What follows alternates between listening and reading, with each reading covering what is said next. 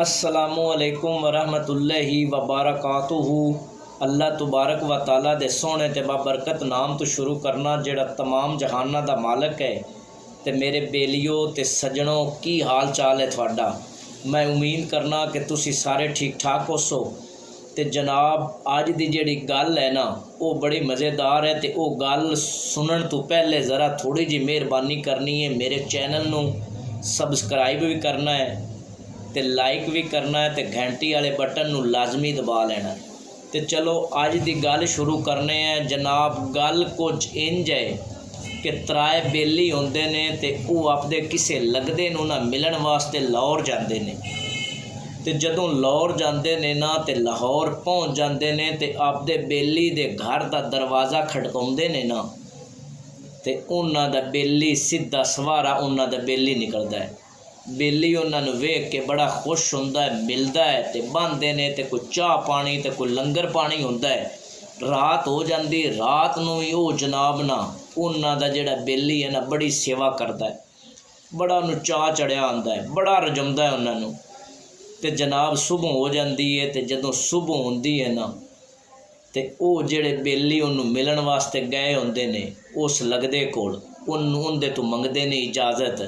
उन्होंने आंदे ने कि हुण सानू इजाज़त दे, असी घर जाना है। तो जिहड़ा वो लगदा है ना उन्हां दा, वो जिहड़ा उन्हां दा बेली है तो सज्जण है, वो आंदा कि नहीं हाली तुसी ना इतने दिनों के बाद मेरे कोल आए हो, अज मैं थानू नहीं जान देना। सुबह तुसी ना वग जवे, अज दी रात तुसी मेरे कोल। वो जनाब ना बड़ी कोशिश करते हैं वो बेली कि नहीं सानू तू इजाज़त दे, असी घर जाना, सानू होर भी काम कार हैं। लेकिन वो इजाज़त नहीं देंदा। वो आंदा है कि असी ना अज दी रात तुसी मेरे कोल रुक जाओ यार, तुसी मेरे कोल बड़े दिनों तो बाद आए हो। जनाब फिर अगे की होंदा है, वो रुक जाते ने, बैठक दे विच बैठे होंदे ने, गल्लां बातां हो रही होंदियां ने।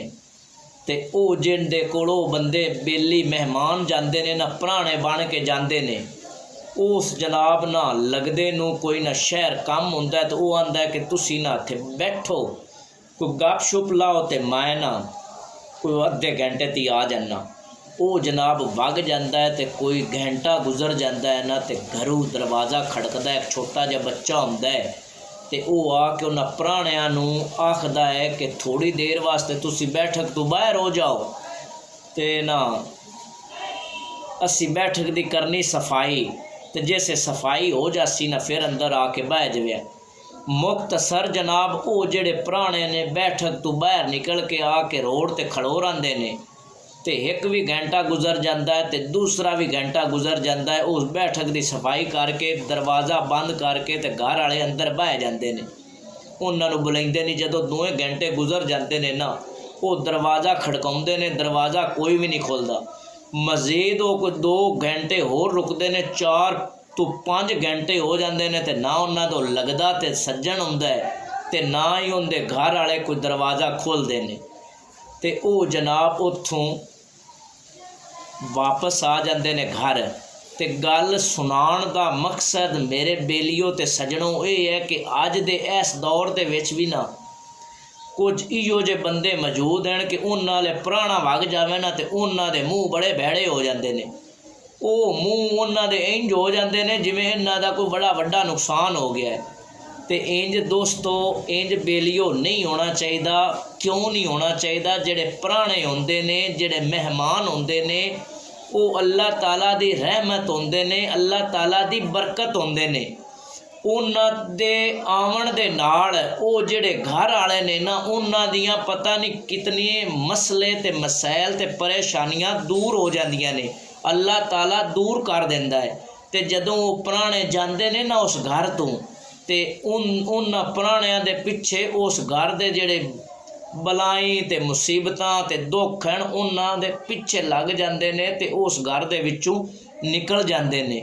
ते कोई पुराना आ जाए ना लगदे हो तो घबराना नहीं है, हुंदा कुछ भी नहीं। पुराणियां नाल कोई शाय मुकदी नहीं है बल्कि वधदी है, इजाफा ही होंदा है, घटदी घुटदी कोई नहीं।